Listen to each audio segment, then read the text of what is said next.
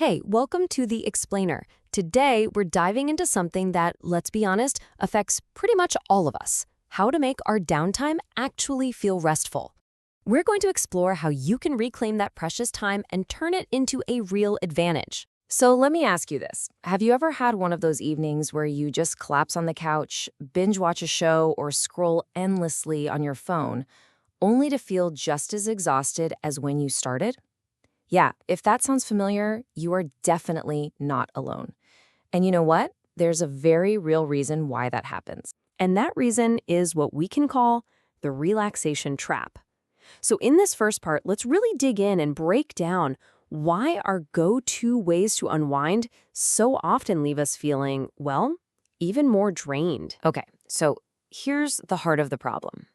When you're sprawled on the couch watching something, your body might be resting, sure, but your mind is still working. It's taking in information, images, sounds, it's consuming.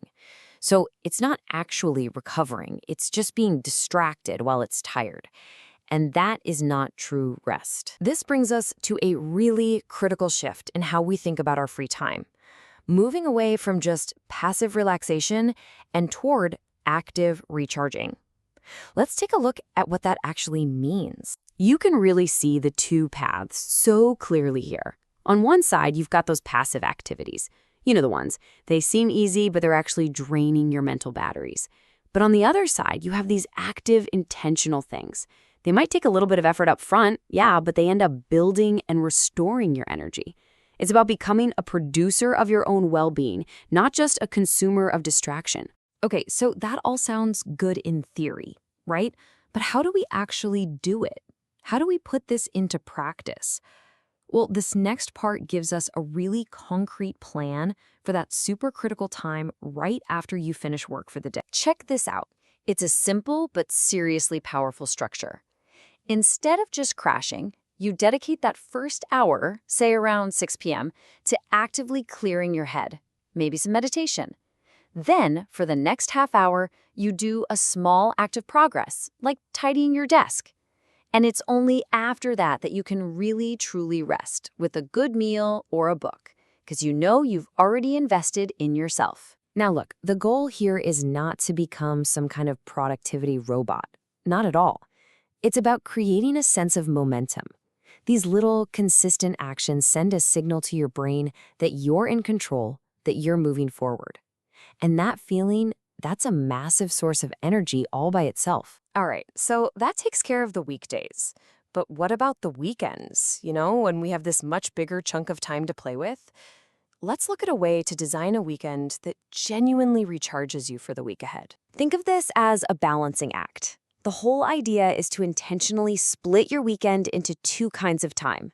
You've got development time for those bigger projects, maybe an online course or a major deep clean, and then you balance that out with true rest time, getting outside, cooking something healthy, or getting lost in a creative hobby.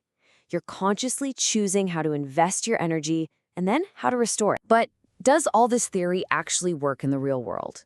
Is it just a nice idea? Let's look at a real-world example of someone who put this exact system into practice and see what happened. So the story is pretty straightforward. Picture an office worker, totally dreamed, who decided to make a trade.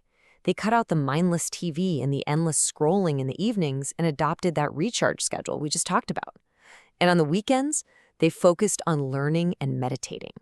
Now, that sounds like a big commitment, I know, but the payoff was huge. Just let that sink in for a second. We're not just talking about feeling a little more rested here. This is a fundamental change.